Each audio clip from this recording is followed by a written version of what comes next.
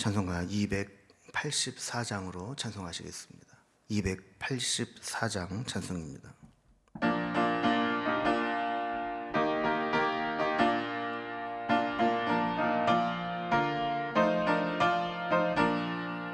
오랫동안 모든 죄 가운데 빠져 더럽기가 한량 없던 우리를 아무 공로 없이 구원함으로도 하나님의 자녀 지금 되었네.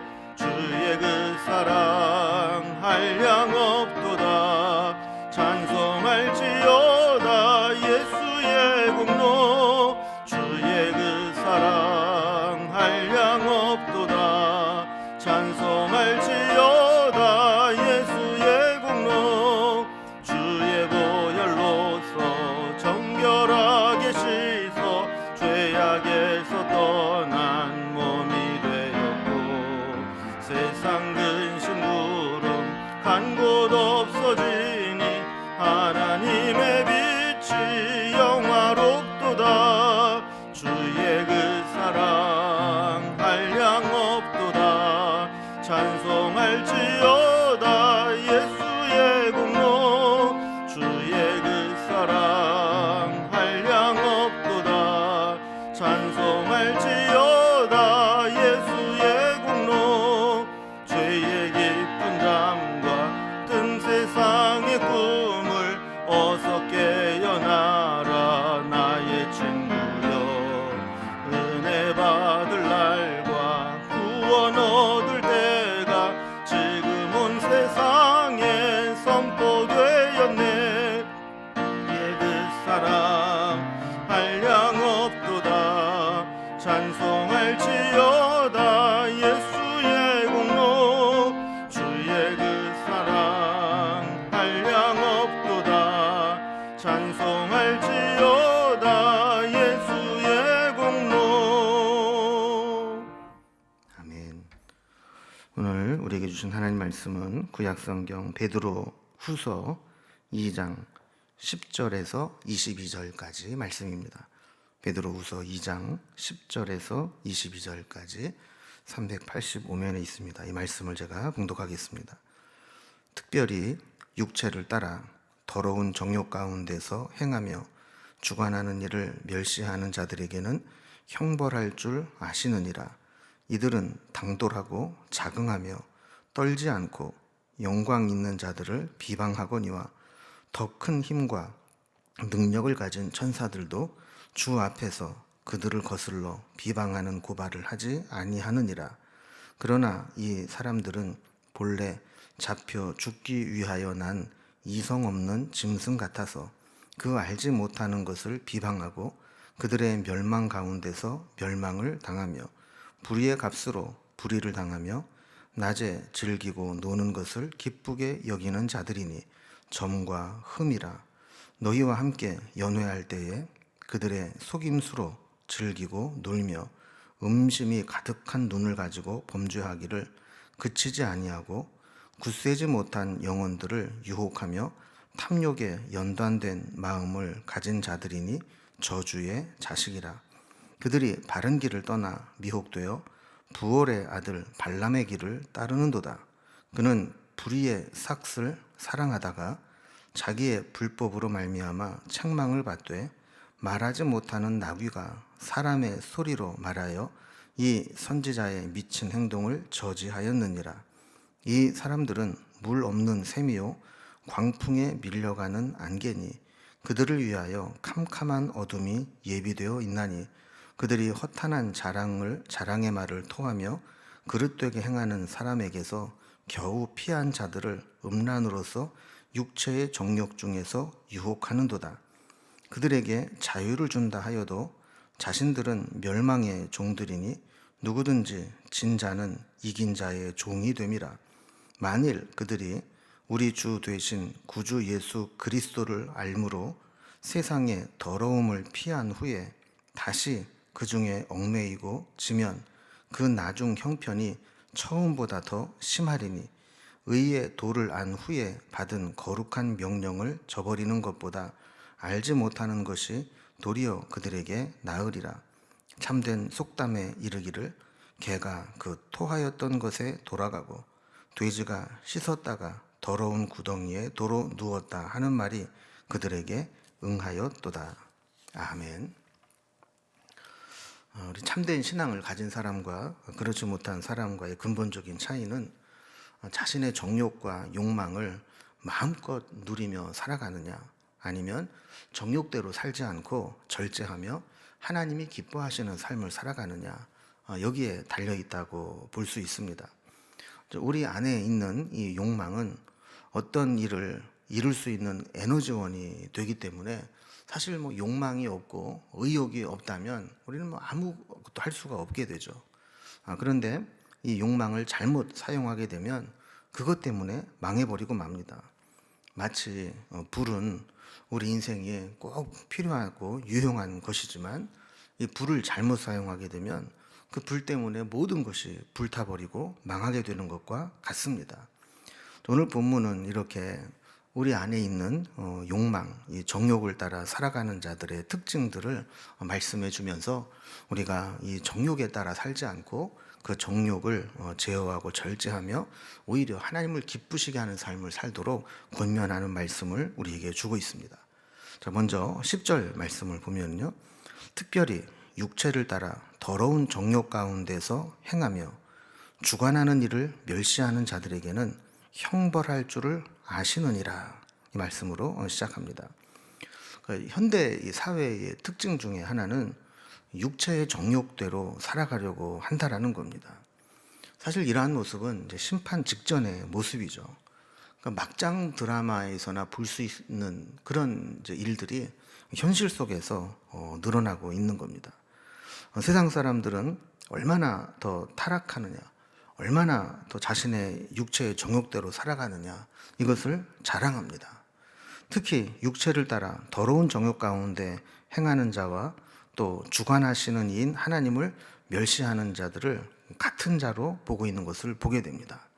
그러니까 하나님을 두려워하지 않고 멸시하는 자, 이런 자들은 육체를 따라 더러운 정욕 가운데 살게 되는데, 이런 자들을 하나님이 형벌하시게 된다라는 사실을 기억하라는 것이죠. 자, 10절 그 뒷부분 이어서 보면 이들은 당돌하고 자긍하며 떨지 않고 영광 있는 자들을 비방하거니와 그랬습니다. 보통 이 경건한 사회, 이 경건한 사람들이 모여 있는 그런 곳에서는 이렇게 정욕대로 살고 죄를 짓는 것 자체를 부끄러워하면서 살아가게 됩니다. 그런데 사회가 전반적으로 악한 분위기가 되고 악한 자들이 모여 있게 되면 거기에는 오히려 정욕대로 살지 않고 이렇게 거룩하게 사는 사람들이 에이 뭐 그렇게 사느냐고 무시를 당하게 되고, 오히려 정욕대로 죄를 지며 사는 자들이 여기 있는 것처럼 당돌을 하고 자긍하며 떨지 않고 살아간다라는 거예요. 오히려 영광이 있는 자들을 비방하면서 자기네들끼리 아주 잘난 척하면서 살아간다는 것이죠. 11절에 보면 더 큰 힘과 능력을 가진 천사들도 주 앞에서 그들을 거슬러 비방하는 고발을 하지 아니하느니라 그랬습니다. 이 말씀을 보면 천사들이 하는 역할 중에 하나가 행악자들을 하나님 앞에 고발하여 심판하도록 하는 것처럼 나타나 있습니다. 그런데 하나님을 멸시하고 정욕대로 사는 자들은 어느 정도로 악해지느냐 하면 그 천사들도 하나님 앞에 고발하기를 포기할 정도로 아주 그 정도가 심하게 악행을 행하고 있다라는 것이죠. 그래서 12절에 보면 그러나 이 사람들은 본래 잡혀 죽기 위하여 난 이성 없는 짐승 같아서 그 알지 못하는 것을 비방하고 그들의 멸망 가운데서 멸망을 당하며 그랬습니다. 여러분, 이 세상에는 이제 불행히도 잡혀 죽기 위해서 존재하는 짐승들이 있다는 거예요. 그 대표적인 것이 식용을 위해서 육류를 제공하는 가축들이죠. 그러니까 그들은 주인이 주는 먹이를 아주 탐스럽게 먹고 배불리 먹지만 왜 자기에게 이렇게 먹을 것을 잘 주는지 이런 걸 잘 모릅니다. 그러나 결국 주는 밥 열심히 먹고 살이 찌고 나면 결국에는 이제 도살당하고 고기를 제공하는 것들이 되는 것이죠. 마찬가지로 이 세상에서 정욕을 따라 살아가는 자들은 열심히 이 세상에도 즐기고 자기 나름대로 아주 행복하게 먹고 마시고 누리며 살아가는 것처럼 보이지만 결국에는 하나님 앞에서 멸망당하여 심판을 당하게 될 것이라는 겁니다. 그래서 13절 이하에서는 그러한 자들에 대해서 조금 더 자세히 설명을 하는데요. 13절을 보면 불의의 값으로 불의를 당하며 낮에 즐기고 노는 것을 기쁘게 여기는 자들이니 점과 흠이라. 너희와 함께 연회할 때에 그들의 속임수로 즐기고 놀며 그랬습니다. 여기 보면 불의의 값으로 불의를 당한다 그랬습니다. 여기서 이 불의의 값으로 불의를 당한다는 것은 불의한 방식으로 돈을 벌고 또 불의한 방식으로 정욕을 위해서 쓰게 되는데 결국 그 값을 당한다는 것은 음분의 대가를 치르게 된다라는 겁니다. 또 낮에 즐기고 노는 것을 기쁘게 여기는 자라 그랬는데요. 여러분 원래 낮에는 뭐 해야 됩니까? 먹고 마시고 노는 게 아니라 아주 성실하게 근면하게 일을 해야 되지 않습니까? 그런데 이렇게 세상에 취해서 정욕대로 사는 사람들은 밤낮 없이 정욕에 취해서 살아간다는 거예요. 이런 자들을 가리켜서 점과 흠이라 그랬습니다. 이것은 마치 우리 몸속에 암세포와도 같다라는 겁니다.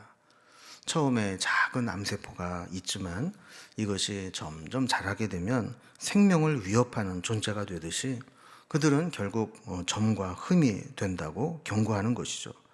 그리고 이런 자들과 연합하여 정욕에 취하는 것에 속아서 함께 즐기고 놀아서는 안 된다고 경고합니다.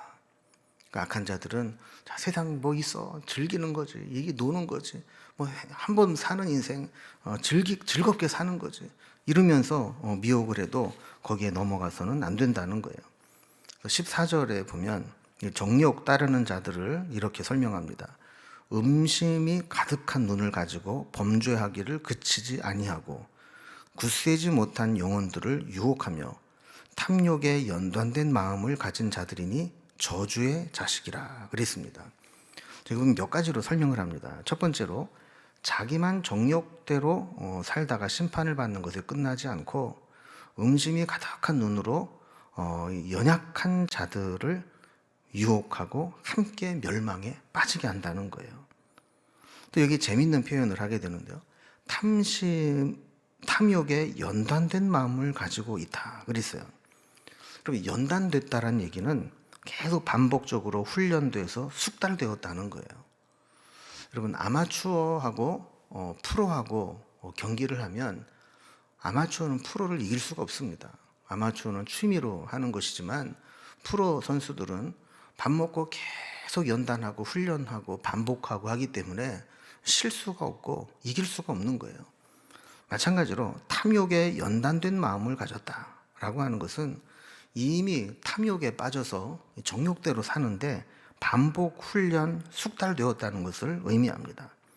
그러니까 이러한 자들은 어떠한 경고나 또 교훈을 받아도 자신의 탐욕을 버리지 않고 포기하지 않고 결국 저주의 자식이라 저주받기로 확정된 자라고 말씀하는 겁니다.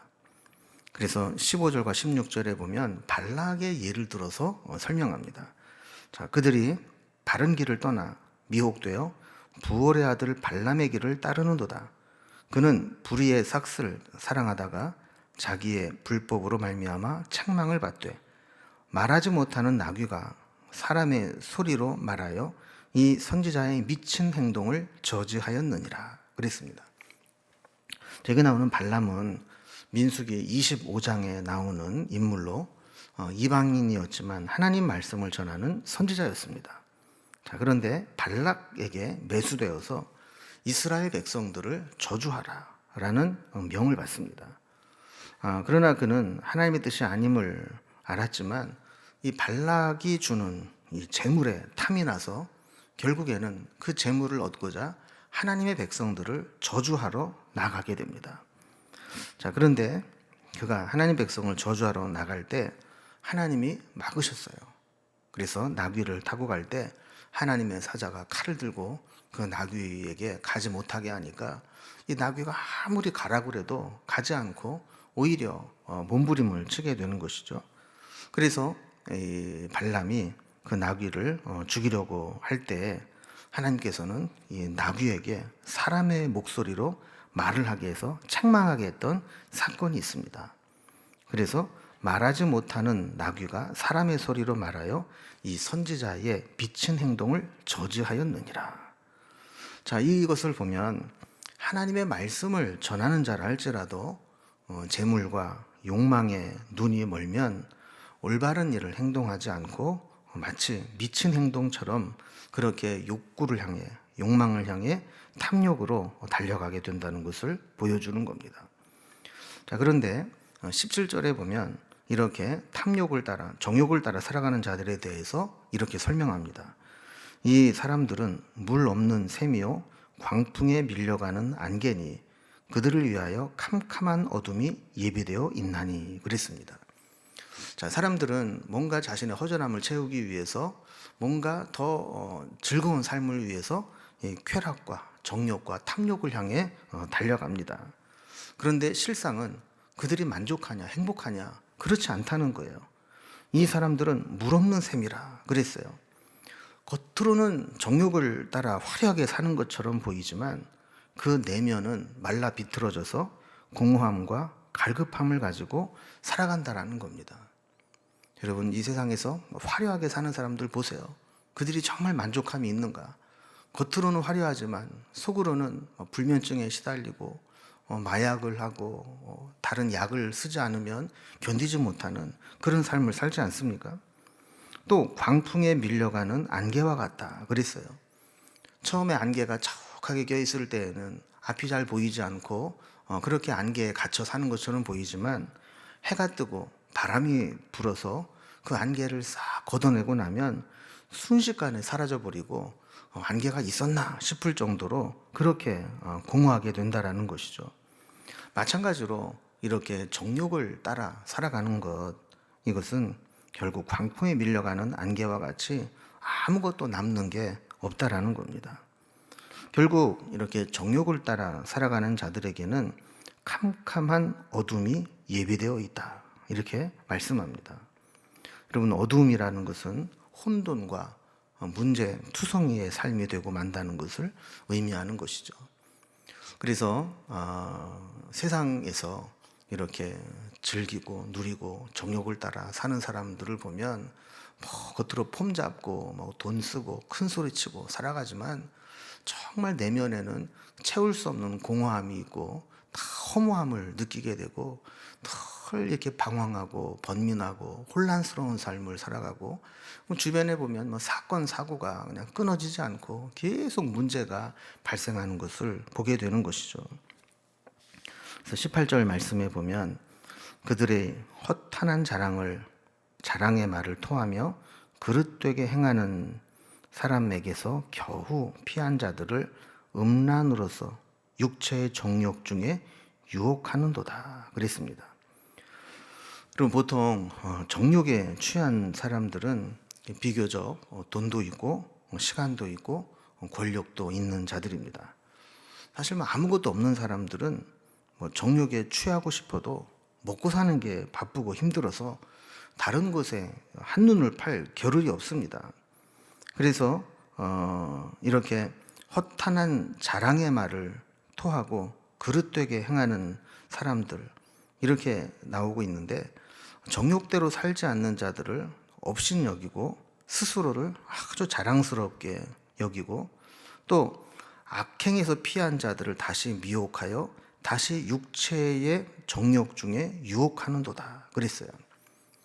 그러니까 자기만 이 탐욕과 욕망에 따라 살아가는 것이 아니라 겨우 악행을 벗어나고 탐욕에서 벗어난 자들을 다시 음란으로 유혹해서 그들을 다시 육체의 정욕을 따라 살아가도록 미혹한다라는 거예요.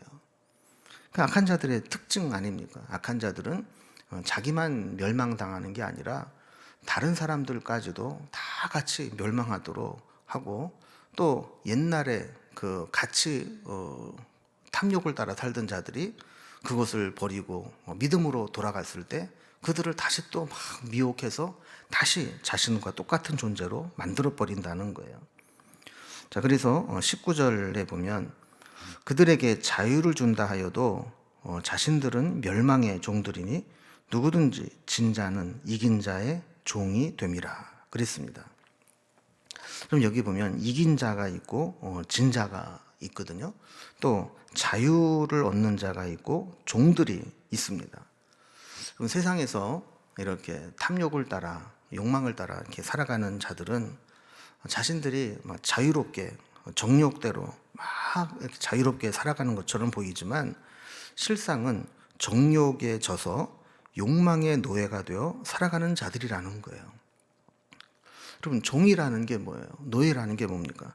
결국 자기 스스로 자유가 없다는 거잖아요.